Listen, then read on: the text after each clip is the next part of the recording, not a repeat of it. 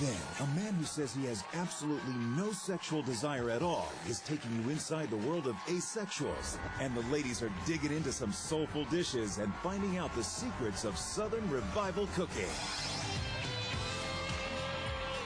All that and the hot topics you want to hear, coming up on The View.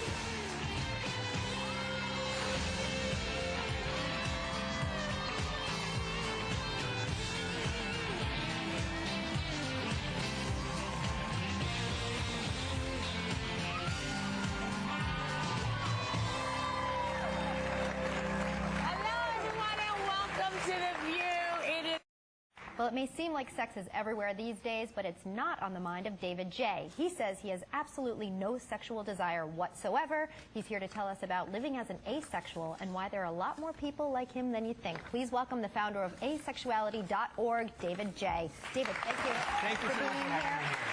Now, we're going to be, I just want to let parents know at home, we're going to be talking about some mature material here. So if there are kids in the room, you may want to just have them go somewhere else for a little bit. We're going to give them a second to do that. From the mother, she makes sure. Exactly. You actually define yourself as an asexual, and you have an organization. You're pretty much the spokesperson for asexuality. You have this organization with, what, 6,000 members? So over 6,000 right now. Over 6,000. So there are plenty of people experiencing this as well, living like you do. So can you just explain for everybody exactly what being an asexual actually means and how it is to live that way? An asexual person is someone who doesn't experience sexual attraction. So the way that, you know, most sexual people, you're either walking down the street and you see someone, or you're in a relationship with someone, at some point you feel like introducing sexuality into that. That just never happens to asexual people. And is it a problem? No, it's not a problem. So then why do you need to organize? And there's a lot of things that aren't a problem that you need to organize around. We need to organize, well, partially because it's not getting talked about. Because a lot of If you're not having sex, what's there to talk about? Thank you. But I mean, I don't understand. I'm a little Because we live in this world where sexuality is kind of at the center of everything. It's at the center of how we think about relationships. It's at the center of how we think about pleasure. It's the center of how we think about a lot of aspects of our lives. And so asexual people are, you know, when I was in high school and middle school, I had no idea how to think about relationships. I had no idea how, kind of what was going on with me. No one was talking about the fact that you could not be... So if you're a young man and you're an asexual and you don't have the same sexual feelings, you feel lost, like you're like odd man out because nobody's telling you why you're not having the feelings that everybody else is talking about. No one's telling you that it's okay, and no one's giving you kind of a space and words you can use to talk about it. You said high school, middle school. Is that how young you were when you found out? Yeah, I was 13, 14 when I realized that. I mean, pretty much when all my friends started being sexual, I was kind of like, all right, I have no way to think about what's going on there. Right. I had no context to understand it, and so I kind of figured out for myself, well, I'm not experiencing these things, I must be asexual. Right. Well, maybe it's repressed sexuality rather than, you know, that you're just like a normal guy walking around. Maybe it's repressed because you don't want to face what the sexuality might look like. Could that be? Lie down. I wouldn't. Just lie down. Thank you. That'll be $100. Dr. Joy. I was trying to figure out whether you're going to analyze it or teach it.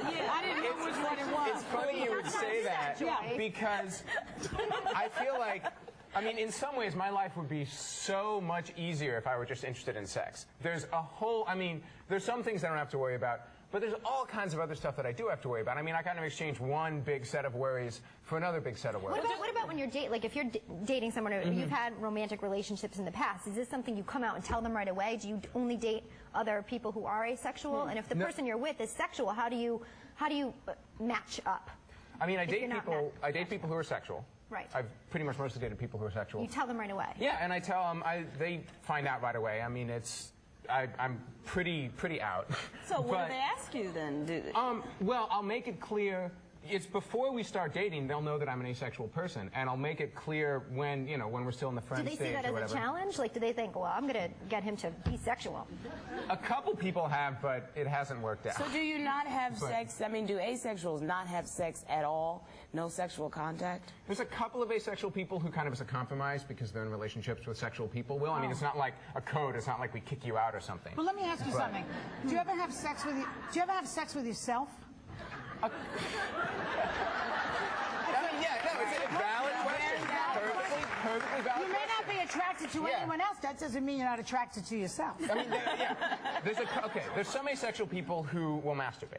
But, I mean, I know that's like very, very kind of Asexuals difficult. will do I'm so glad we that got the kids seems out of the room for this, by the way. counterintuitive. But, yeah, thank you for having that, sending that. But think about it. You can like having sex with a man and not like having sex with a woman. You can like having sex with yourself and not like having sex with a partner. Yeah. Okay. But wait, now you're You describing never answered something the that's question. right. You didn't answer Right. the question. Do you like to have sex with yourself? Oh, me personally? Yeah. I've tried it. I mean, it was all right. It's not all that. Yeah. It's not all that. The way you have a body experience right now. I know, because I'm honestly don't. Because if you were having sex with yourself, excuse me, one more question, that would Go ahead. mean that you had sexual feelings. See, I'm trying to get to That's the it. bottom of this. Well, the thing is, okay, the important thing is, at least as far as thinking about my life, if you're going to have a sexual relationship with someone, Yeah. that's a lot of energy you have to spend into thinking about that, like thinking about that So relationship. what, are you just thinking about- lazy or what? Well, I mean, I still form relationships. Asexual people have the same emotional needs as everyone else. So I still have to think about forming relationships. I just don't have to think about forming relationships sexually. I have to think about how am I going to So center a now- relationship around something else? How am I going to form intimacy in a way Right. that But wait. isn't based around sexuality? Help me with this, because what you seem to be describing is more of a choice than an orientation. Initially, I thought you were describing an orientation. No, I am describing an orientation. But you say some people choose to have sex this way, some people choose not to have sex that way, some people compromise. So is it an orientation or is it a choice to be asexual? How you feel internally is an orientation. Okay. What you do, so an asexual person who does not feel desire to have sex can choose to have sex Yes. if they're So in a that's situation, more but that in your doesn't mean that they have the socializing. desire. Gotcha. So But when how you do talk you, how about does like that work? I'm sorry. A guy, I can see for a woman, you know, she can just lie there, but you have to do something. Well, there are gay guys who have sex with women before they realize they're gay. It's the same. Gay men who have sex with women, yes, but they're fantasizing about a man. You're right. And then you said that, you know, married couples and, you know, that they can make the choice to have sex. Or just basically, you know, I mean, so how do they make their marriage work?